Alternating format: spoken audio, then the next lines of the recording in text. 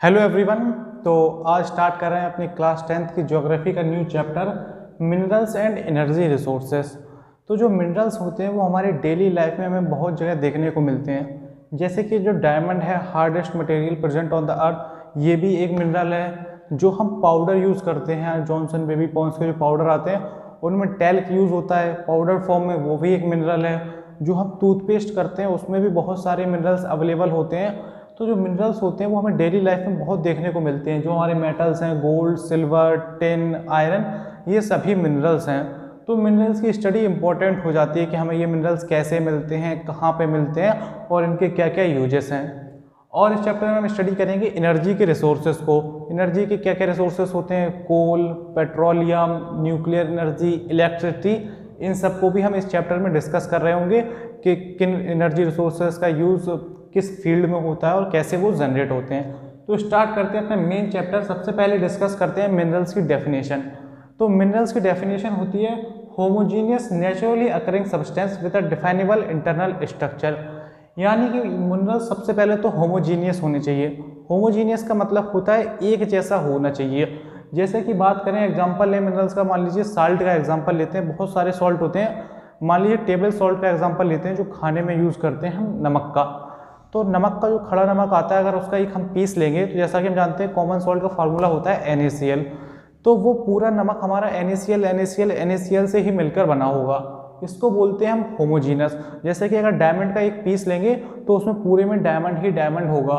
Gold अगर लेंगे तो पूरे में गोल्ड गोल्ड गोल्ड होगा। उसको हम बोलते हैं मिनरल्स। एक तो होमोजीनस स्ट्रक्चर होगा और जो इंटरनल स्ट्रक्चर होगा वो डिफाइनेबल होगा। इसके एग्जाम्पल है हमारे साल्ट, गोल्ड, कोल, डायमंड, टैल्क, माइका, बहुत सारे मिनरल्स के एग्जाम्पल हो सकते हैं। तो जैसा कि मैंने आपको बताया कि डायमंड जो कि हार्डेस्ट मटेरियल है वो भी एक मिनरल है, और टैल्क जो कि पाउडर फॉर्म में मिलता है वो भी एक मिनरल है, साल्ट मिनरल है, मेटल्स मिनरल है। तो इतने सारे मिनरल्स की स्टडी को आसान करने के लिए उनका क्लासिफिकेशन बहुत ज़रूरी है। इसीलिए हमने मिनरल्स का कुछ कैटेगरीज में क्लासिफिकेशन कराया ताकि उनकी स्टडी आसान हो सके, ताकि हम पूरी क्लासिफिकेशन का जो एक कैटेगरी है उसको एक साथ पढ़ सकें। तो मिनरल्स को ब्रॉडली पहले तो हमने 3 कैटेगरी में क्लासीफाई करा है, metallic minerals, non metallic minerals और एनर्जी वाले मिनरल्स जो एनर्जी को जनरेट करने में हेल्प करते हैं। तो मेटेलिक मिनरल्स कौन से होते हैं? मेटेलिक मिनरल्स हमारे वो मिनरल्स होते हैं जिनमें मेटेलिक प्रॉपर्टी होती हैं। मेटेलिक प्रॉपर्टी हम जानते हैं, साइंस में भी पढ़ते हैं, good conductor of heat and electricity, ductile होते हैं। डक्टिलिटी का मतलब होता है ऐसी प्रॉपर्टी कि हम सब्सटेंस यानी कि मटेरियल को वायर के फॉर्म में कन्वर्ट कर सकें। तो जो मेटल्स होती हैं, जैसे गोल्ड होता है, गोल्ड के भी तार बनाए जा सकते हैं। कॉपर होता है, कॉपर के वायर बनाए जा सकते हैं। लेकिन जो नॉन मेटल्स होता है उनके वायर नहीं बनाए जा सकते। लकड़ी का वायर नहीं बना सकते, पत्थर का वायर नहीं बना सकते। तो इस प्रॉपर्टी को बोलते हैं डक्टिलिटी। तो ऐसे मिनरल्स जो कि मेटेलिक प्रॉपर्टी को शो करते हैं, जैसे कि good conductor of heat and electricity होंगे, डक्टेबल होंगे, मेलेबल होंगे, यानी इन्हें पीट कर सीट के फॉर्म में कन्वर्ट करा जा सकता है। तो पहली कैटेगरी है मेटेलिक मिनरल्स, दूसरी है नॉन मेटेलिक मिनरल्स यानी कि जो नॉन मेटेलिक प्रॉपर्टी को शो करते हैं, और तीसरी एनर्जी मिनरल्स, ऐसे मिनरल्स जो एनर्जी को जनरेट करने में हेल्प करते हैं, जो एनर्जी जनरेट करने में काम आते हैं। मेटेलिक मिनरल्स के अंदर भी फिर हमने 3 कैटेगरी, सब कैटेगरी इसमें डिवाइड करा है मिनरल्स को, ferrous minerals, non ferrous minerals और प्रेशियस मिनरल्स। फेरस मिनरल्स हमारे वो मिनरल्स होते हैं जो आयरन कंटेंट होता है, जिनमें थोड़ा बहुत, जिनमें मैग्नेटिक प्रॉपर्टीज होती हैं, जो मैग्नेट से अट्रैक्ट होते हैं। इसके एग्जांपल है हमारे iron ore, manganese, nickel, cobalt. फिर से फेरस मिनरल्स वो हैं जिनमें आयरन कंटेंट होता है और जो मैग्नेटिक प्रॉपर्टी शो करते हैं, मैग्नेट से अट्रैक्ट होते हैं। इसके एग्जांपल इंपॉर्टेंट है iron ore, manganese, nickel, cobalt. NTSC में अक्सर क्वेश्चन ऐसे ही पूछा जाता है कि which of the following is not a ferrous mineral या which of the following is a ferrous mineral. तो इसमें से अगर पूछा है विच ऑफ द फॉलोइंग, तो उसमें से 3 एग्जाम्पल दे देंगे वो नॉन फेरस के और 1 दे देंगे फेरस का। तो इसके एग्जाम्पल इंपॉर्टेंट है iron ore, manganese, nickel, cobalt. Non ferrous वो होता है जिसमें आयरन कंटेंट नहीं होता है और जो मैग्नेटिक प्रॉपर्टी को शो नहीं करते हैं। इसके एग्जाम्पल है कॉपर, लीड और टिन। प्रीशियस मिनरल्स हमारे वो मिनरल्स हैं जो बहुत ज़्यादा कॉस्टली होते हैं, जैसे कि गोल्ड, सिल्वर, प्लेटिनम। इनकी कीमत बहुत ज़्यादा होती है और ये काफ़ी कम क्वांटिटी में मिलते हैं, इसलिए हमारे लिए प्रीशियस हो जाते हैं। दूसरी category non metallic minerals. Non metallic minerals के एग्जाम्पल है हमारे mica, salt, potash, marble, limestone. Marble होता है पत्थर जो हमारे घरों में बिछता है, मार्बल स्टोन होता है जो कि पत्थर हमारे घरों में बिछता है, संगमरमर का पत्थर जिसको हम बोलते हैं। लाइमस्टोन होता है चूना, जो आपने देखा होगा एक चूना आता है जो गांव में पेंटिंग के लिए यूज़ करा जाता है, कुछ खाने में भी इसका इस्तेमाल होता है और इसके डिटेल यूजेस को भी हम लास्ट में डिस्कस करेंगे। इसके बाद की कैटेगरी थी एनर्जी मिनरल्स, ऐसे मिनरल्स जो एनर्जी को जनरेट करने में हेल्प करते हैं। इसके एग्जांपल थे कोल, पेट्रोलियम, नेचुरल गैस। तो जो कोल होता है वो इलेक्ट्रिसिटी बनाने में भी काम आता है, पेट्रोलियम हमारे जितने भी व्हीकल्स हैं उनका फ्यूल की तरह एक्ट करता है, और नेचुरल गैस भी जो CNG है जिसका यूज़ अब मॉडर्न टाइम पे ज़्यादा होने लगा है। तो ये था classification of minerals, metallic minerals, non metallic minerals और एनर्जी मिनरल्स। इसके बाद करते हैं कि मिनरल्स ये मिलते कहाँ पर हैं, हमें कहाँ ये मिनरल्स मिलते हैं और कैसे इनको एक्सट्रैक्ट करा जाता है, इन्हें कैसे मतलब निकाला जाता है। तो मोड ऑफ अकरेंस की बात करें तो जो मिनरल्स होते हैं ये मेनली हमें रॉक्स में मिलते हैं। ये रॉक्स बहुत बड़ी बड़ी चट्टानें होती हैं जो देखी जाती हैं, उन चट्टानों की जो खानें होती हैं उन खानों में जब माइनिंग करी जाती है उसके बाद फिर मेटलर्जी की प्रोसेस से ये मिनरल्स को एक्सट्रैक्ट करा जाता है।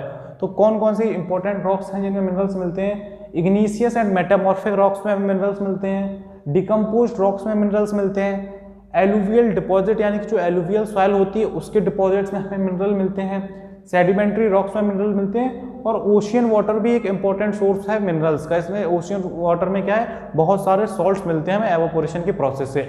तो एक एक करके डिटेल से डिस्कस करते हैं किस टाइप की रॉक्स में हमें कौन से मिनरल्स देखने को मिलते हैं। सबसे पहले बात करते हैं इग्नीशियस एंड मेटामॉर्फिक रॉक की। तो जो इग्नीशियस और मेटामॉर्फिक रॉक होती है इसमें मिनरल्स मिलते हैं, minerals in form of cracks in form of veins and lodes. तो जो सेडिमेंट्री रॉक्स में बहुत बड़े बड़े क्रैक आ जाते हैं उसमें वीन्स और लोड्स की जो फॉर्म होती है उसके बीच में हमें मिनरल्स मिलते हैं। ये वीन्स और लोड्स क्या होते हैं? वीन्स का मतलब होता है स्मॉल अकरेंस, यानी कि जो स्मॉल क्रैक्स आती हैं उनके बीच में जो स्मॉल अमाउंट में हमें मिनरल्स मिलते हैं उनको बोलते हैं वीन्स, और जो लार्ज क्रैक आते हैं जिनमें लार्ज अमाउंट में हमें मिनरल्स मिलते हैं उनको बोलते हैं हम लोड्स। इसके एग्जाम्पल है मेटेलिक मिनरल्स जैसे कि टिन, कॉपर, जिंक और लीड। टिन, कॉपर, जिंक और लीड हमें मिलते हैं इग्नीशियस और मेटामॉर्फिक रॉक में। ये इंपॉर्टेंट है, ये पूछा जा सकता है विच of the mineral is found in इग्नीशियस and metamorphic rock. तो इसके एग्जांपल है टिन, कॉपर, जिंक और लीड। इसके बाद है हमारा डिकम्पोज्ड रॉक। तो डिकम्पोज्ड रॉक में इंटेंस डिकम्पोजिशन यानी कि धीरे धीरे मिनरल्स डिकम्पोज हो जाते हैं और फिर वो एक साथ इकट्ठा हो जाते हैं। इसका एग्जाम्पल है बॉक्साइट। जो बॉक्साइट होता है ये एक एल्यूमिनियम का ओर होता है। तो मैं आपको अभी बता देता हूँ कि ओर क्या होता है। तो जैसा कि मैंने बताया कि मिनरल्स रॉक में मिलते हैं और इनकी खानों में मिलते हैं। तो जब इनिशियल स्टेज में मिनरल मिलते हैं वो लगभग मिट्टी जैसा देखने में लगता है, जैसे अगर मिट्टी को उठा लिया जाए 1 किलो तो वैसा होता है। तो मिनरल्स थोड़ी बहुत क्वांटिटी में तो हर जगह अवेलेबल होते हैं। अगर आप कहीं भी मिट्टी उठा लेंगे तो उस मिट्टी में थोड़े बहुत अमाउंट में तो आयरन प्रेजेंट होता ही है, पर उस मिट्टी को हम और नहीं बोल सकते। और हम सिर्फ उन खानों को मिलते हैं जिनमें मिनरल्स बहुत ज़्यादा अमाउंट में होता है, इतना ज़्यादा अमाउंट में होता है कि उनको हम इकोनॉमिकली एक्सट्रैक्ट कर सकते हैं। ऐसे ही जो रॉक्स होती हैं उनमें बहुत ज़्यादा अमाउंट में मिनरल्स होता है, उन्हें हम ओर बोलते हैं। तो जो बॉक्साइट है ये एल्यूमिनियम मेटल का एक इम्पोर्टेंट ओर है, यानी कि जो बॉक्साइट है इसके एक्सट्रैक्शन से फिर हमें एल्यूमिनियम मिलता है। और भी इंपॉर्टेंट ओर होते हैं एल्यूमिनियम के, बॉक्साइट एक हमारा इंपॉर्टेंट एग्जांपल है। बॉक्साइट किसका ओर है? एल्यूमिनियम मेटल का ओर है, ये याद रखना है। और ये कहाँ मिलता है? डिकम्पोज्ड रॉक्स में मिलता है। इसके बाद आता है हमारा एलुवियल डिपॉजिट्स। एलुवियल डिपॉजिट में हमें वो मिनरल मिलते हैं जो वाटर से कोरोड नहीं होते हैं, क्योंकि मिट्टी में से हमें इन्हें एक्सट्रैक्ट करना है तो वो मिनरल्स मिलते हैं जो कोरोड नहीं होते हैं। कोरोड यानी कि जिनमें जंग नहीं लगती है। जंग कौन से मेटल्स में नहीं लगती है?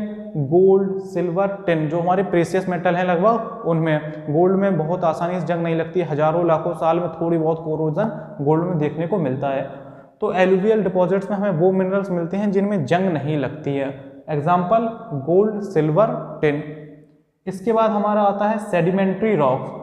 तो सेडिमेंट्री रॉक्स में जो मिनरल्स होते हैं वो क्या होता है? जो सेमी एरिड रीजन्स होता है जिनमें वाटर रेनफॉल कम होती है उनमें जो मिनरल्स धीरे धीरे एवापोरेट होते जाते हैं और बेड्स और लेयर्स के फॉर्म में, यानी कि परत दर परत बनती जाती है। जो रॉक्स होती हैं, जो सेडिमेंट्री रॉक्स होती हैं उनमें परत दर परत एक लेयर बनती जाती है और फिर जो स्टोर होता रहता है मिनरल्स। इसके एग्जांपल है जिप्सम और पोटाश सॉल्ट। जो जिप्सम होता है ये प्लास्टर ऑफ पेरिस बनाने में काम आता है। प्लास्टर ऑफ पेरिस क्या होता है? किसी का हाथ टूट जाता है, आपने देखा हो, तो उसको प्लास्टर चढ़ाया जाता है। वो प्लास्टर जो चढ़ाया जाता है वो प्लास्टर ऑफ पेरिस से बनता है और ये जो घर की सीलिंग्स होती हैं, जो छत होती हैं, उसकी इंटीरियर डिजाइनिंग में भी काम आता है। तो जिप्सम और पोटाश जैसे साल्ट हमें देखने को मिलते हैं सेडिमेंट्री रॉक्स में इन the form of beds and layer, यानी कि परत दर परत बन जाती है। इसके बाद आता है हमारा ओशियन वाटर। तो ओशियन वाटर हम जानते हैं कि इंपॉर्टेंट सोर्स है सॉल्ट का, जो सॉल्ट की छोटी छोटी नदियाँ बना दी जाती हैं, फिर उनमें एवोपोरेशन होता है, फिर वहाँ से different type of salt extract करे जाते हैं, जैसे कि टेबल सॉल्ट भी ओशियन वाटर से आता है, काला नमक और डिफरेंट टाइप के सॉल्ट वहाँ से एक्सट्रैक्ट करे जाते हैं। तो ये बात करी हमने मोड ऑफ अक्रेंस की। इसके अंदर 5 कैटेगरी हैं, इग्नीशियस and metamorphic rock, decomposition rock, alluvial deposit, sedimentary rock और ओशियन वाटर। इसके बाद हम बात करते हैं कि टर्म आता है रेड होल माइनिंग, यानी कि रेड होल माइनिंग क्या होती है।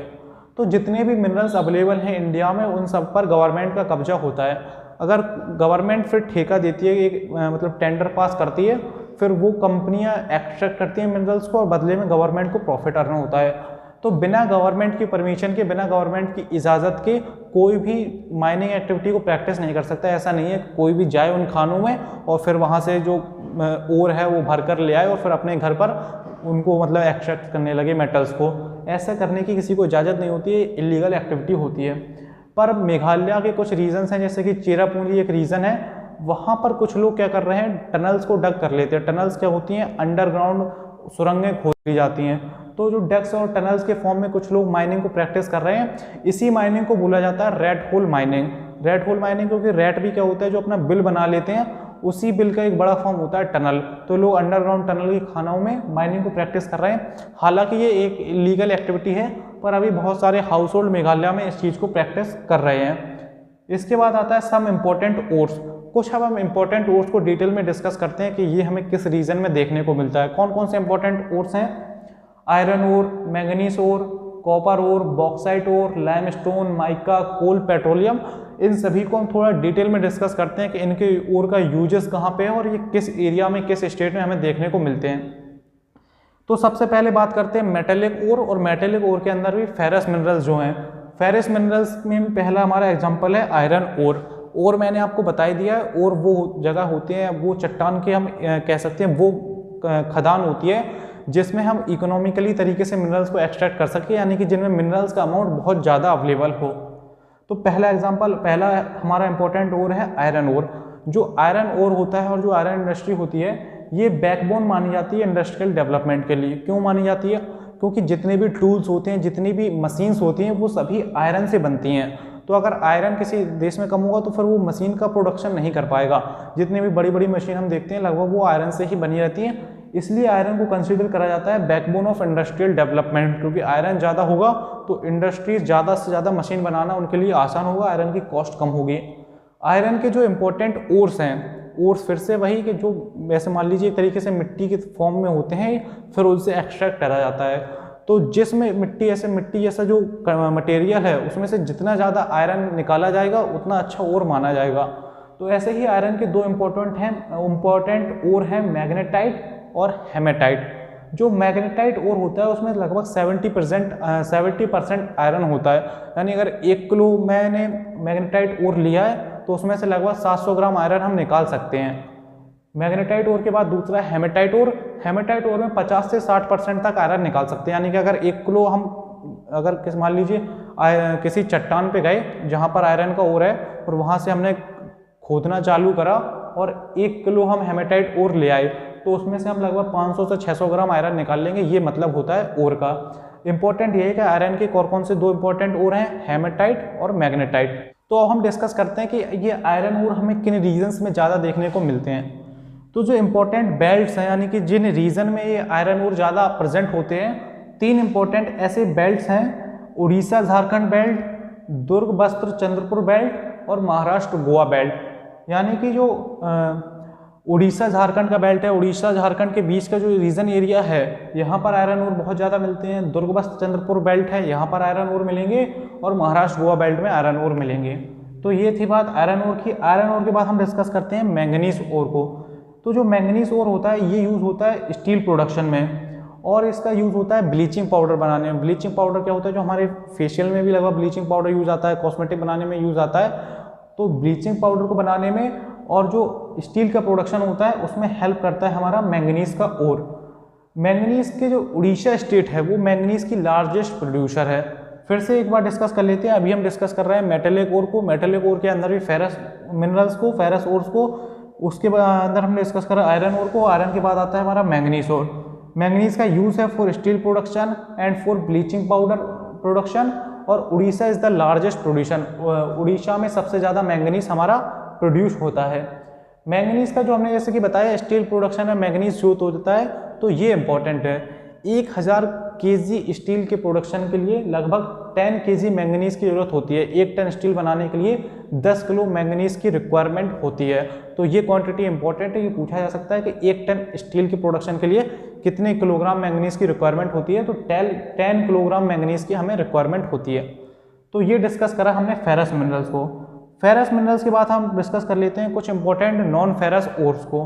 तो पहला नॉन फेरस ओर्स है कॉपर, यानी कि जो मैग्नेटिक प्रॉपर्टी नहीं होती, जिनमें आयरन कंटेंट नहीं होता है, उनको बोलते हैं हम नॉन फेरस मिनरल्स।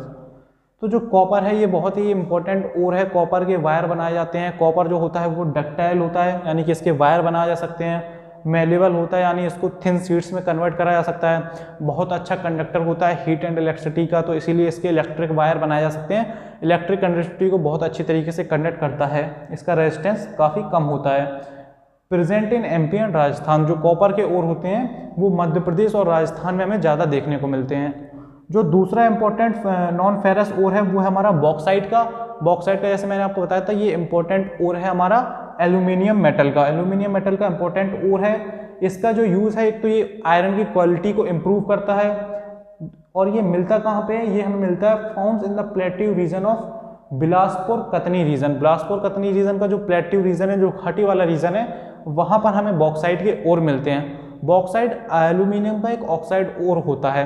ये हम मेटलर्जी के चैप्टर में क्लास 11th में पढ़ते हैं। फिर इनके Al2O3 होता है एल्यूमिनियम ऑक्साइड। फिर इनको कैसे मेटलर्जी के प्रोसेस के थ्रू इनकी डिफरेंट जो फर्नेस होती हैं उनके थ्रू फिर इनको एक्सट्रैक्ट करा जाता है। डिफरेंट प्रोसेस के थ्रू इनका रिडक्शन करा जाता है, और फिर फाइनली हमें एल्यूमिनियम मेटल मिलती है। वो बात की बातें हैं। इस चैप्टर में तो हम बेसिक डिस्कस कर रहे हैं। तो इम्पोर्टेंट याद रखने वाली बात यही है कि आपसे ये पूछा जा सकता है कि bauxite is an important ore of which metal. तो बॉक्साइट जो है एल्यूमिनियम मेटल का इम्पोर्टेंट ओर है। बॉक्साइट की बात करते हैं कुछ नॉन मेटेलिक मिनरल्स की जो इंपॉर्टेंट है। पहला एग्जांपल है हमारा माइका का। जो माइका होता है ये हमारा इलेक्ट्रिक इंसुलेटर बनाने में काम आता है, क्योंकि नॉन मेटल है तो ये इलेक्ट्रिसिटी का बैड कंडक्टर है, इलेक्ट्रिसिटी को कंडक्ट नहीं करता है। इसलिए जो इंसुलेटर होते हैं वायर के, वो बनाने में हमारा काम आता है माइका। अजमेर जो है वो लार्जेस्ट प्रोड्यूसर है माइका का। तो विच is the largest producer of mica? Ajmer mica का लार्जेस्ट प्रोड्यूसर है, और माइका का यूज़ करा जाता है इलेक्ट्रिकल इंसुलेटर बनाने में। माइका के बाद दूसरा हमारा इंपॉर्टेंट एग्जाम्पल है वो है हमारा लाइमस्टोन का।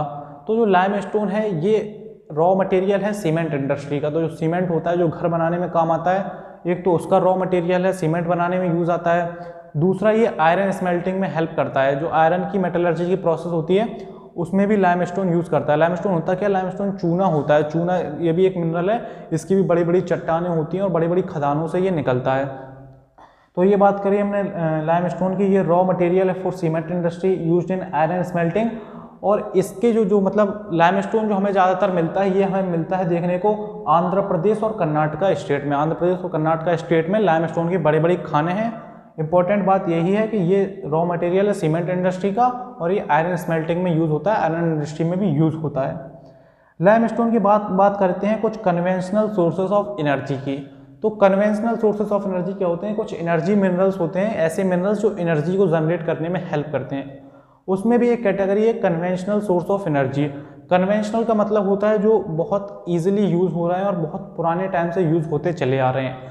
तो कन्वेंशनल सोर्स ऑफ एनर्जी वो सोर्सेस हैं जो बहुत एंशिएंट टाइम से यूज़ करा जा रहा है, जिनको जो एक स्टैंडर्ड यानी कि जो डेली लाइफ में जिन्हें आसानी से यूज़ करा जा सकता है, और आज भी बड़े स्केल पर जिन्हें यूज़ करा जा रहा है। इसके एग्जांपल से आपको बहुत आसानी से समझ में आएगा, जैसे कि कोल, पेट्रोलियम और नेचुरल गैस। तो कोल हम जानते हैं, कोयला बहुत पुराने ज़माने से लोग यूज़ कर रहे हैं। खाना बनाने में जो कोयला होता था उसको बहुत पुराने ज़माने से यूज़ कर रहे हैं। पेट्रोलियम भी बहुत पुराने ज़माने से यूज़ होने लगा है, व्हीकल्स में यूज़ हो रहा है, और ये स्टैंडर्ड फ्यूल की तरह यूज़ हो रहा है। इसमें मतलब बहुत जो एडवांस टेक्नोलॉजी है उसका कोई खास रोल नहीं है।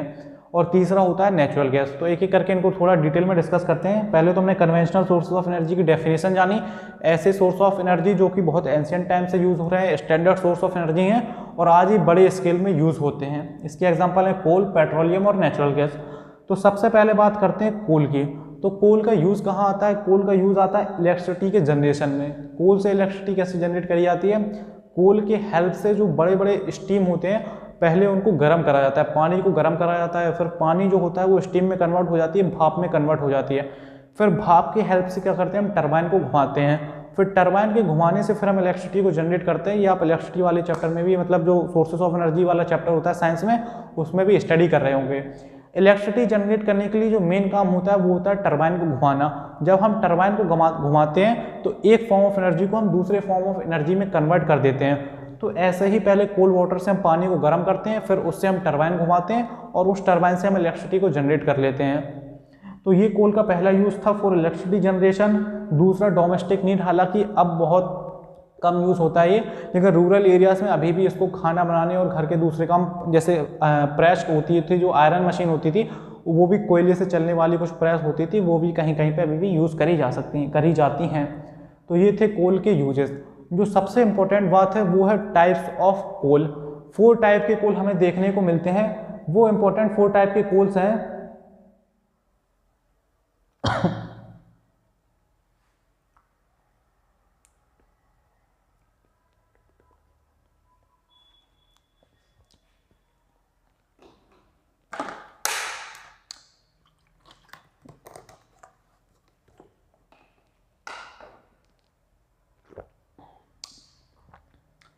वो 4 टाइप के कोल्स हैं: पीट, लिग्नाइट, बिटुमिनस और एंथ्रासाइट। ये इंपॉर्टेंट है, आपसे पूछा जा सकता है कि लोएस्ट क्वालिटी ऑफ कोल कौन सी है। तो जो लोएस्ट क्वालिटी है वो है पीट।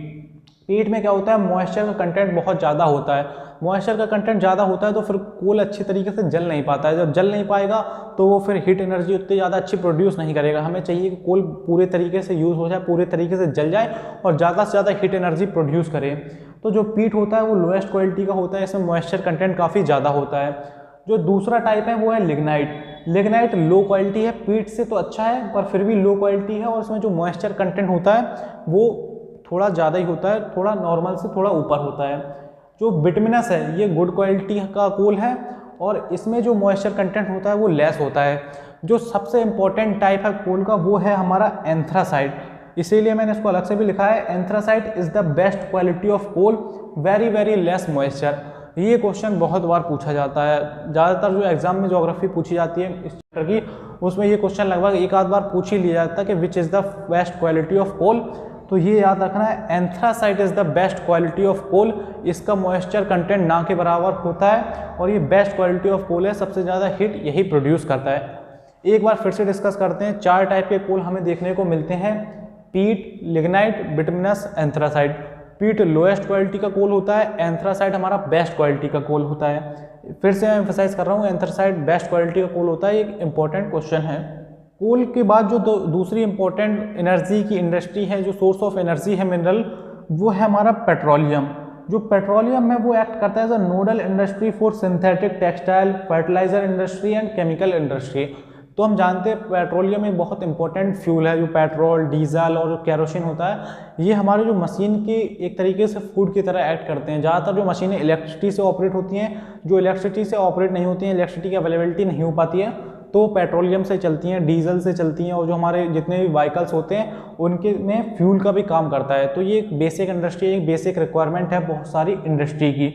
और ये एक्ट करता है, हमारा जो फ्यूल होता है, फ्यूल जैसे कि जितने भी वाहन चलते हैं तो वो पेट्रोल पर चलते हैं, डीजल पे ही चलते हैं मेनली। तो ये एक्ट करता है जितने भी इंपॉर्टेंट व्हीकल्स हैं उनके एज अ फ्यूल में।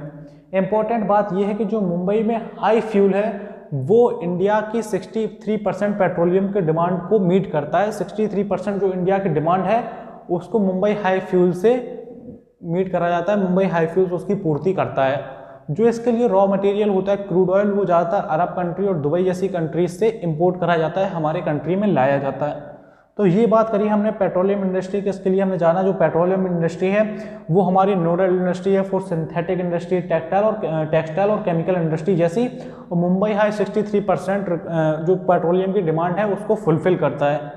पेट्रोलियम के बाद जो अगला हमारा एनर्जी मिनरल्स है वो है हमारा नेचुरल गैस। तो जो नेचुरल गैस है वो काफ़ी क्लीन फ्यूल है, एनवायरमेंटल फ्री है, इसीलिए आज के टाइम पर नेचुरल गैस के यूज़ को बहुत ज़्यादा प्रमोट करा जाता है। सिटीज़ में सीएनजी के जो बसेस हैं और सीएनजी के रिक्शा हैं इनको काफ़ी ज़्यादा प्रमोट करा जाता है, इसीलिए जगह जगह पर सीएनजी के अब टैंक भी बनाए गए हैं ताकि सीएनजी एसेसिबल हो। सीएनजी को भी एज अ फ्यूल आज के टाइम पर यूज़ करा जाता है, तो सीएनजी भी एक नेचुरल गैस ही है। तो नेचुरल गैस के अंदर हमने डिस्कस करा कि क्लीन फ्यूल है, एनवायरमेंटल फ्रेंडली है, लो कार्बन एमिशन है, यानी कि इसका पॉल्यूशन बहुत कम करती है। जो दूसरे जैसे कोल है, कोल सबसे ज़्यादा कार्बन एमिशन करता है, इसमें कितना ज़्यादा धुआं निकलता है। पेट्रोलियम होता है, डीजल पेट्रोल, इनसे भी काफ़ी धुआं निकलता है, लेकिन जो सीएनजी होती है काफ़ी क्लीन है, इसका कार्बन एमिशन बहुत ज़्यादा लो है और ये as a use in the form of CNG fuel, जिसको हम जानते हैं सीएनजी यूज होता है। सीएनजी एक नेचुरल गैस का ही एग्जाम्पल है। इसके बाद हम डिस्कस करते हैं इलेक्ट्रिसिटी को। इलेक्ट्रिसिटी भी एक कन्वेंशनल सोर्स ऑफ एनर्जी है, काफ़ी टाइम से यूज़ हो रहा है। तो इलेक्ट्रिसिटी को जनरेट करने के डिफरेंट तरीके होते हैं, जैसा कि हमें डैम्स के थ्रू भी इलेक्ट्रिसिटी को जनरेट करा जाता है। जो इलेक्ट्रिसिटी डैम्स के थ्रू जनरेट करी जाती है उसको हम बोलते हैं हाइड्रो इलेक्ट्रिसिटी। हाइड्रो का मतलब होता है पानी, यानी कि पानी से इलेक्ट्रिसिटी को जनरेट करना। तो पानी से इलेक्ट्रिसिटी को कैसे जनरेट करा जाता है, डैम्स में बहुत ऊंचाई तक पानी को स्टोर कर लिया जाता है, फिर जब वो पानी गिरता है तो पानी जब ऊंचाई पर होता है तो उसके पास होती है पोटेंशियल एनर्जी, जब वो नीचे गिरता है तो पानी एक्वायर कर लेता है काइनेटिक एनर्जी को, फिर उस एनर्जी से हम क्या करते हैं, टरबाइंस को घुमाते हैं और उस टरबाइंस के घुमाने से फिर हम इलेक्ट्रिसिटी को जनरेट कर लेते हैं। इलेक्ट्रिसिटी की जो मेन प्रोसेस होती है वो होती है टरबाइन को घुमाना। दूसरी ऐसी एनर्जी होती है थर्मल इलेक्ट्रिसिटी। थर्मल इलेक्ट्रिसिटी क्या होती है, जो थर्मल का मतलब होता है हीट, यानी कि हीट से जो इलेक्ट्रिसिटी जनरेट करते हैं, जैसे कि हम पानी को गर्म करते हैं, फिर उससे स्टीम बनाते हैं, फिर उससे इलेक्ट्रिसिटी को जनरेट करते हैं।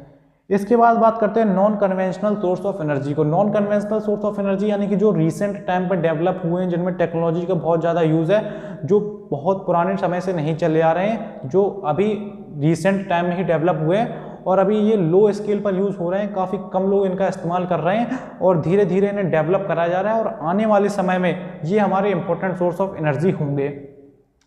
तो non conventional source of energy में हमारा पहला आता है न्यूक्लियर एनर्जी। तो न्यूक्लियर एनर्जी क्या होता है, न्यूक्लियर एनर्जी जो एटम होता है उसके स्ट्रक्चर को जनरेट करके एनर्जी को जनरेट करा जाता है। आपने एक बहुत इंपॉर्टेंट इक्वेशन सुनी होगी या कहीं तो देखी होगी, लिखी हुई E=mc²। इसका मतलब होता है, इसमें E होता है एनर्जी, M होता है मास और C होता है स्पीड ऑफ लाइट। इसका मतलब होता है कि मास होता है उसको हम एनर्जी में कन्वर्ट कर सकते हैं। तो ऐसे ही क्या होता है, जो रेडियो एक्टिव मटेरियल होते हैं जैसे कि यूरेनियम और थोरियम, ये रेडियो एक्टिव मटेरियल टूट जाते हैं आपस में, यानी कि बड़ा एटम होता है वो आपस में टूट के दो छोटे छोटे एटम्स बन जाते हैं। तो जब ये दो छोटे छोटे एटम्स बनते हैं तो इनका कुछ मास का लॉस हो जाता है। इनके अंदर फिर इलेक्ट्रॉन, प्रोटॉन, न्यूट्रॉन होते हैं। ये सब हम क्लास 11th और 12th में पढ़ते हैं न्यूक्लियर फिजिक्स के अंदर। आप तो इतना समझ लीजिए कि इसमें कुछ मास का लॉस हो जाता है, वही मास फिर हमारा कन्वर्ट हो जाता है एनर्जी में, फिर उसी एनर्जी को हम यूज़ करते हैं न्यूक्लियर फॉर्म की एनर्जी में। तो जो न्यूक्लियर पर से मैं बता देता हूँ कि न्यूक्लियर एनर्जी है, इसके जो प्लांट्स हैं वो हमें देखने को मिलते हैं झारखंड और राजस्थान में। झारखंड और राजस्थान में क्योंकि पॉपुलेशन कम है, राजस्थान में डिजर्ट का एरिया ज़्यादा है, पोखरन जैसे एरिया है, वहाँ पर ज़्यादा यहाँ के प्लांट लगाना आसानी होती है, क्योंकि जो रेडियो एक्टिव की जो किरणें निकलती हैं, जो रेडियो एक्टिव कहें रेज निकलती हैं, वो काफ़ी ज़्यादा हार्मफुल होती हैं। तो जो न्यूक्लियर एनर्जी के प्लांट्स हैं उनको हम ऐसी जगह पर बिल्कुल नहीं लगा सकते जहाँ पर पॉपुलेशन ज़्यादा हो, क्योंकि फिर वहाँ पर कैंसर जैसी डिसीज़ बहुत ज़्यादा स्प्रेड होती हैं। फिर से एक बार, न्यूक्लियर एनर्जी क्या होता है, न्यूक्लियर एनर्जी हम जनरेट करते हैं जो एटम्स का स्ट्रक्चर अल्टर होता है, स्ट्रक्चर बदलता है, उसके थ्रू। जो रेडियो एक्टिव मटेरियल होते हैं जैसे कि यूरेनियम और थोरियम, ये आपस में टूट जाते हैं और इनमें कुछ मास का लॉस होता है, उसी मास, वही मास हमारा कन्वर्ट हो जाता है एनर्जी में E=mc² वाली इक्वेशन के थ्रू, जो आइंस्टीन ने ड्राइव करी थी, वो बात की बात है। इंपॉर्टेंट बात यही है कि न्यूक्लियर एनर्जी के प्लांट हमें देखने को मिलते हैं झारखंड और राजस्थान में। जो न्यूक्लियर एनर्जी जनरेट होती है वो हमारी रेडियो एक्टिव मटेरियल से होती है, यूरेनियम और थोरियम। इसके बाद जो दूसरी important non conventional source of energy है वो है हमारी सोलर एनर्जी। तो सोलर एनर्जी यानी कि सौर ऊर्जा। तो सोलर एनर्जी में भी क्या होता है, सोलर एनर्जी को भी कन्वर्ट करा जाता है फिर इलेक्ट्रिसिटी में, जैसे कि सोलर पैनल्स लगाए जाते हैं, उनसे इलेक्ट्रिसिटी जनरेट करी जाती है। ये भी आप पूरी डिटेल में क्लास 12th में पढ़ते हैं, मैं थोड़ा बता देता हूँ आपको कैसे इलेक्ट्रिसिटी को जनरेट करते हैं। तो जो सूर्य की किरणें होती हैं उनमें एनर्जी होती है। जो सोलर पैनल्स होता है उनके जो एलिमेंट होते हैं वो ऐसे एलिमेंट के बनाए जाते हैं जो इलेक्ट्रॉन को बहुत आसानी से छोड़ देते हैं। आप जानते हैं कि इलेक्ट्रिसिटी जनरेट कैसे होती है, इलेक्ट्रॉन के फ्लो से। तो सिलिकॉन ज़्यादातर यूज़ होता है हमारा जो सोलर पैनल्स होते हैं। तो जब सूर्य की किरणें सोलर पैनल पर गिरती हैं तो जो सूर्य की किरणों की एनर्जी होती है उस एनर्जी से इलेक्ट्रॉन फ्लो करने लगता है और उसी इलेक्ट्रॉन के फ्लो से जनरेट होती है इलेक्ट्रिसिटी। इंपॉर्टेंट बात जो है सोलर एनर्जी की वो है ये कि ये ज़्यादातर यूज करे जाते हैं रूरल और रिमोट एरियाज़ में जहाँ पर सनलाइट ज़्यादा हो। सोलर एनर्जी आने वाले टाइम पे एक बहुत इंपॉर्टेंट सोर्स ऑफ एनर्जी होगी। गवर्नमेंट भी बहुत बड़े बड़े मेगा प्रोजेक्ट को लॉन्च कर रही है क्योंकि सोलर एनर्जी हमें फ्री ऑफ कॉस्ट मिल रही है और बिल्कुल भी इसमें पॉल्यूशन नहीं है, एक बेस्ट फॉर्म ऑफ एनर्जी है। सोलर एनर्जी की बात करते हैं विंड एनर्जी की। तो विंड एनर्जी से भी हम इलेक्ट्रिसिटी को जनरेट करते हैं। कैसे जनरेट करते हैं? जिन एरियाज़ में हवा बहुत ज़्यादा चलती है। हवा कहाँ पर ज़्यादा चलती है? जैसे कि तमिलनाडु, आंध्र प्रदेश और गुजरात जैसे एरिया हैं जहाँ हवा बहुत तेज़ गति से चलती है, वहाँ पर बड़े बड़े ब्लेड्स लगा दिए जाते हैं। आपने देखे होंगे जो बड़ी बड़ी विंड मील्स लगी रहती हैं उनके ब्लेड्स घूमते रहते हैं। उनसे क्या होता है, जब ब्लेड्स घूमते हैं फिर उनके अंदर एक टरबाइन लगा रहता है, वो टरबाइन रोटेट करता है और फिर उस टरबाइन से हम इलेक्ट्रिसिटी को जनरेट कर लेते हैं। तो हमारा ज़्यादातर यही काम होता है, हम दूसरे फॉर्म ऑफ एनर्जी को इलेक्ट्रिसिटी में कन्वर्ट कर लेते हैं, इलेक्ट्रिकल फॉर्म ऑफ एनर्जी में कन्वर्ट कर लेते हैं। तो विंड एनर्जी के प्लांट लेकिन वहीं लगाए जा सकते हैं जहाँ पर हवा बहुत तेज हो और जहाँ पर एरिया अवेलेबल हो। तो इसके प्लांट ज़्यादातर हमें देखने को मिलते हैं तमिलनाडु, आंध्र प्रदेश और गुजरात में। तो हमारा विंड एनर्जी डिस्कस हो गया। विंड एनर्जी के बाद आता है बायोगैस। तो जो बायोगैस है, जो हमारा एग्रीकल्चरल वेस्ट होता है, जैसे कि सब्जियों के छिलके होते हैं, एनिमल वेस्ट होता है, ह्यूमन वेस्ट होता है, इसको क्या है बड़े बड़े गड्ढों के अंदर डिकम्पोज कर दिया जाता है और फिर विद टाइम क्या होता है, ये सड़ना स्टार्ट होता है। सड़ने से क्या होता है, गैस रिलीज होती हैं। फिर उन गैस के थ्रू हम क्या है उस गैस को यूज़ कर सकते हैं एज अ फ्यूल। तो ये होता है बायोगैस। बायोगैस प्लांट्स, बायोगैस की जगह जगह पर प्लांट्स बनाए जाते हैं from waste, animal waste and farm waste. तो फार्म वेस्ट और एनिमल वेस्ट है, इसकी हेल्प से बायोगैस को जनरेट कराया जाता है। बायोगैस के प्लांट बनाए जाते हैं और फिर उसको यूज़ करा जाता है एज अ फ्यूल। इसके बाद जो important non conventional source of energy है वो हमारा टाइडल एनर्जी। तो टाइडल एनर्जी क्या होती है? जो एनर्जी टाइड से जनरेट होती है। तो टाइड्स क्या होते हैं? जो समुद्री इलाका होता है, जो पानी वाला एरिया होता है, उस पर क्या होता है, मून का ग्रेविटेशनल फोर्स लगता है तो उससे वाटर का लेवल राइज हो जाता है। जब मून अर्थ का चक्कर लगाते हुए पास में आता है, जब वो वाटर का लेवल राइज होता है तो वो नीचे भी आता है। जब वो ऊपर से नीचे आता है तो फिर वही पोटेंशियल एनर्जी काइनेटिक एनर्जी में कन्वर्ट होती है और फिर उसी एनर्जी से हम इलेक्ट्रिसिटी को जनरेट कर सकते हैं। टाइडल एनर्जी की बात करें, टाइडल एनर्जी के जो प्लांट हैं वो हमें देखने को मिलते हैं खंबाट, गुजरात कोस्ट और सुंदरवन डेल्टा में। गुजरात कोस्ट और सुंदरवन डेल्टा यानी कि ऐसे ही एरिया पर मिलेंगे जहाँ पानी हो, जो कोस्टल एरियाज हो, जहाँ पर टाइड्स आते हों। टाइड्स क्यों आते हैं? क्योंकि मून का ग्रेविटेशनल फोर्स लगता है, इसलिए जो वाटर का लेवल है वो बहुत ज़्यादा राइज हो जाता है। टाइडल एनर्जी के बाद जो एक दूसरी important non conventional source of energy है वो है हमारा जियोथर्मल एनर्जी। जियो का मतलब, थर्मल का मतलब होता है हीट और जियो का मतलब अर्थ। तो जियोथर्मल जो एनर्जी होती है वो हमारी जो अर्थ का, जैसा कि हम जानते हैं अर्थ का जो इंटीरियर पार्ट है उसमें मैग्मा है, क्योंकि वो मैग्मा जो है वो बहुत ज़्यादा हॉट होता है। जगह जगह पर जो माउंटेन्स होते हैं उनमें लावा फॉर्म हो जाता है। तो उसी हीट को यूज़ करके हम दूसरे फॉर्म ऑफ एनर्जी जैसे कि इलेक्ट्रिसिटी जनरेट करने में यूज़ कर सकते हैं। इंडिया में सैकड़ों मतलब हंड्रेड्स ऑफ हॉट स्प्रिंग्स हैं। हॉट स्प्रिंग्स क्या होते हैं? जगह जगह पर बहुत बड़े बड़े होल्स हो जाते हैं जिससे अर्थ का जो लावा होता है वो बाहर आने लगता है। बहुत जगह ऐसे पानी भी होता है जो बहुत ज़्यादा उबलता रहता है, खौलता रहता है उसी हीट के वजह से। इंडिया ने अभी तक सिर्फ 2 जियोथर्मल प्लांट्स बनाए हैं, इनकी लोकेशन इंपॉर्टेंट है। एक है हमारा मणिकरण जो कि बना है हिमाचल प्रदेश में और दूसरा बना है लद्दाख में। तो इंडिया ने 2 जियोथर्मल पावर प्लांट्स अभी तक बनाए हैं, एक मणिकरण जो कि हिमाचल प्रदेश में है, दूसरा जो कि लद्दाख में है। तो ये डिस्कस करा हमने जियोथर्मल एनर्जी को, यानी कि जो अर्थ के इंटीरियर पार्ट की हीट एनर्जी है उसको हम यूज़ करने का सोच रहे हैं और उसको यूज करा जाना स्टार्ट भी करा जा चुका है। तो ये थे हमारे कुछ non conventional source of energy, यानी कि इनमें जो मॉडर्न टाइम में सोर्स ऑफ एनर्जी डेवलप करे गए हैं हमारे, ये वो हैं। इसके बाद हमारा लास्ट टॉपिक आता है कंजर्वेशन ऑफ एनर्जी रिसोर्सेज। तो जैसे कि जो हमारे कन्वेंशनल सोर्स ऑफ एनर्जी हैं, जो कोल है, पेट्रोलियम है और नेचुरल गैस है, ये हमारे पास लिमिटेड अमाउंट में ही अवेलेबल हैं। इसलिए बात करी जाती है कि इनको कंजर्व करा जाए, इनको सिर्फ वहीं यूज़ करा जाए जहाँ पर इनकी बहुत ज़्यादा ज़रूरत है। और प्रमोट करा जाता है non conventional source of energy को, क्योंकि नॉन कन्वेंशनल और सोर्स एनर्जी अभी बहुत ज़्यादा अमाउंट में अवेलेबल है। जैसे सनलाइट अभी बहुत अवेलेबल है, विंड एनर्जी बहुत अवेलेबल है, इसलिए प्रमोट करा जाता है कि non conventional source of energy को ज़्यादा डेवलप करा जाए, ज़्यादा यूज़ करा जाए और जो कन्वेंशनल सोर्स ऑफ एनर्जी है उन्हें प्रिजर्व करा जाए, उन्हें बचाया जाए। तो फाइनली ये चैप्टर हमारा कंप्लीट हुआ। शॉर्ट में एक बार इसको कंक्लूड कर लेते हैं। इस चैप्टर में हमने पढ़ा कि मिनरल्स क्या होते हैं, मिनरल्स के हमने क्लासिफिकेशन को डिस्कस करा। मिनरल्स हमें कहाँ पर मिलते हैं, मिनरल्स हमें मिलते हैं रॉक्स में, और रॉक्स कैसे फॉर्म होती हैं कि अर्थ के अंदर जो लावा भरा हुआ है, जो मैग्मा भरा हुआ है, वही फूट पड़ता है हमारे ज्वालामुखी से और फिर रॉक्स बन जाती हैं।